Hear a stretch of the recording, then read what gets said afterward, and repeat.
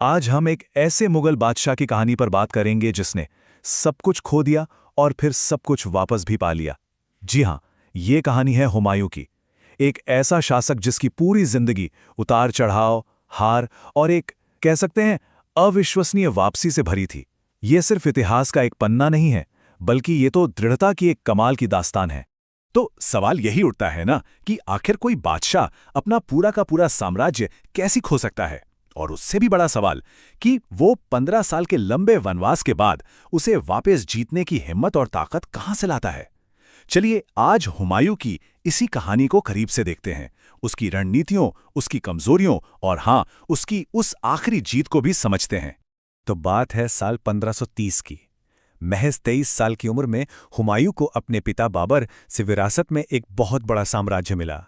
लेकिन ये कोई फूलों का बिस्तर नहीं था। ये सल्तनत विद्रोहियों, आपस में लड़ते भाइयों और ताक लगाए बैठे पड़ोसियों से भरी पड़ी थी। मतलब हर कोई सत्ता का एक टुकड़ा चाहता था।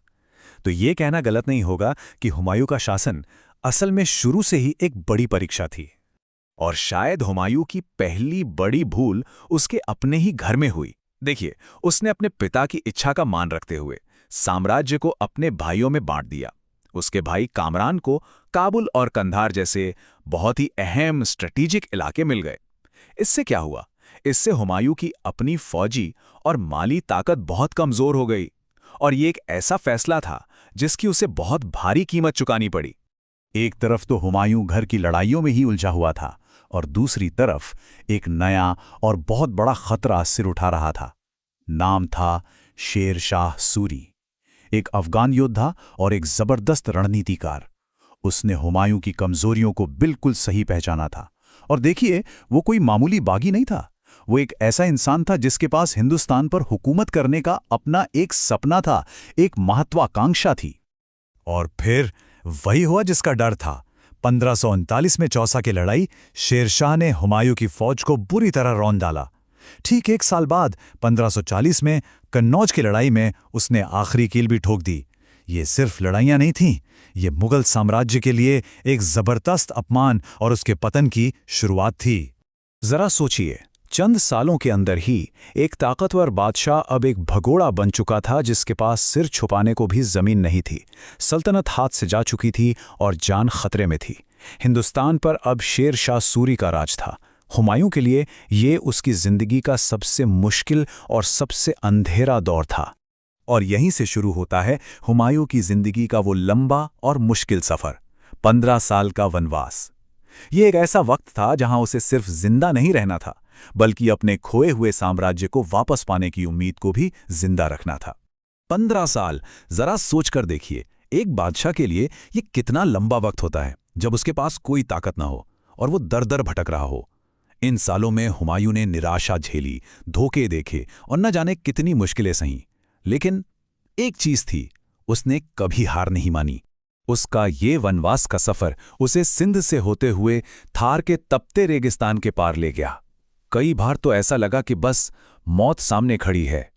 आखिरकार भटकते भटकते उसे फारस के शाह तहमास्प प्रथम के दरबार में पनाह मिली। फारस में हुमायूं ने एक बहुत ही अहम सौदा किया। शाह तहमास उसकी मदद करने को तैयार हो गया। उसने हुमायूं को अपनी सल्तनत वापस जीतने के लिए एक बड़ी सेना देने का वादा किया। लेकिन इसकी एक कीमत थी। बदले में हुमायूं को कंधार जैसा जरूरी शहर फारस को देना पड़ा। ये एक बहुत बड़ा जुआ था, पर शायद यही उसकी आखिरी उम्मीद भी थी। और फिर 15 लंबे सालों के इंतजार के बाद हुमायूं वापसी के लिए तैयार था। साल था 1555।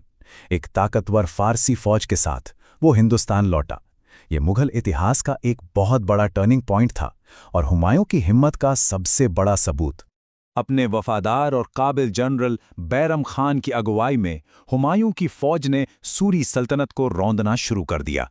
उन्होंने तेजी से लाहौर, फिर दिल्ली और आगरा पर कब्जा कर लिया और 1555 में हुमायूं एक बार फिर हिंदुस्तान का बादशाह था। सल्तनत तो वापस मिल गई, लेकिन हुमायूं के पास वक्त बहुत कम था। उसकी जिंदगी का आखिरी चैप्टर भी उतना ही नाटकीय और विडंबना से भरा था जितनी कि उसकी पूरी कहानी। चलिए अब उसकी विरासत और उसकी अचानक मौत के अजीब हालातों पर एक नजर डालते हैं। और विडंबना देखिए, जिस इंसान ने इतनी लड़ाइयां लड़ी, इतनी मुश्किलें झेलीं, उसकी मौत एक मामूली से हादसे में हुई। 1556 में दिल्ली में वो अपनी ही लाइब्रेरी की सीढ़ियों से गिर गया और उसकी मौत हो गई। उसकी तूफानी जिंदगी का ये एक बहुत ही अजीब और अचानक अंत था। इतिहासकार स्टैनली लेन पूल ने उसके बारे में एक बहुत मशहूर बात लिखी है कि वो जिंदगी भर लड़खड़ाता रहा और लड़खड़ाते हुए ही जिंदगी से बाहर चला गया। और ये बात हुमायूं के किरदार को काफी हद तक बयां करती है। वो एक रहमदिल और पढ़ा लिखा इंसान तो था, लेकिन एक बादशाह के तौर पर अक्सर फैसले लेने में काफी सुस्त था। लेकिन हुमायूं की सबसे यादगार विरासतों में से एक है वास्तुकला। उसकी बेगम ने जो हुमायूं का मकबरा बनवाया, वो हिंदुस्तान में 4 बाग स्टाइल का, यानी 4 हिस्सों वाले बाग के बीच बना पहला मकबरा था। और यही खूबसूरत डिजाइन आगे चलकर ताजमहल जैसी शानदार इमारतों के लिए एक मिसाल बना। पर शायद हुमायूं की सबसे बड़ी कामयाबी मुगल सल्तनत को बचाए रखना थी। अपनी तमाम नाकामियों के बावजूद वो अपने बेटे अकबर के लिए तख्त को महफूज करने में कामयाब रहा। वही अकबर जो आगे चलकर मुगल खानदान का सबसे महान बादशाह बना। तो आखिर में हम हुमायूं को कैसे याद रखें? क्या वो एक किस्मत का मारा हुआ बादशाह था जो बस तुक्के से अपनी गद्दी पर वापस आ गया, या फिर वो वापसी करने का एक महारथी था जिसने मुश्किल से मुश्किल हालात में भी हिम्मत नहीं हारी? शायद सच इन दोनों के कहीं बीच में है। हुमायूं की कहानी हमें यही याद दिलाती है कि इतिहास कभी सीधा सरल नहीं होता और महानता कभी-कभी बहुत ही अनोखे रास्तों से मिलती है।